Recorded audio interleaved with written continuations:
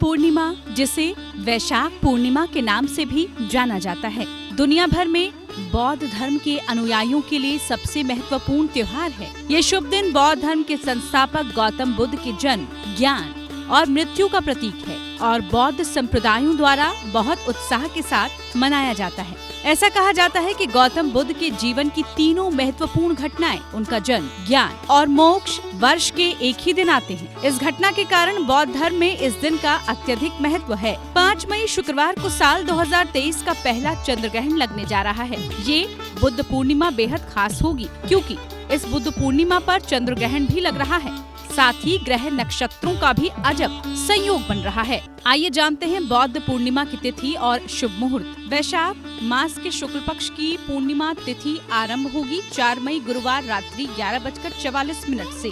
वैशाख मास के शुक्ल पक्ष की पूर्णिमा तिथि समाप्त होगी 5 मई शुक्रवार रात 11:03 तक।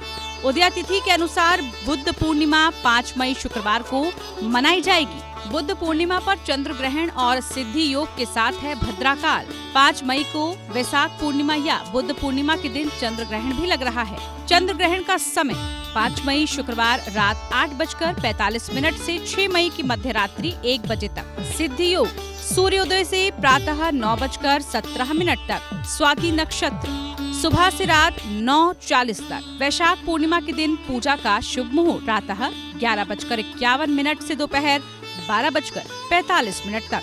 भद्राकाल प्रातः 5:38 से 11:27 तक।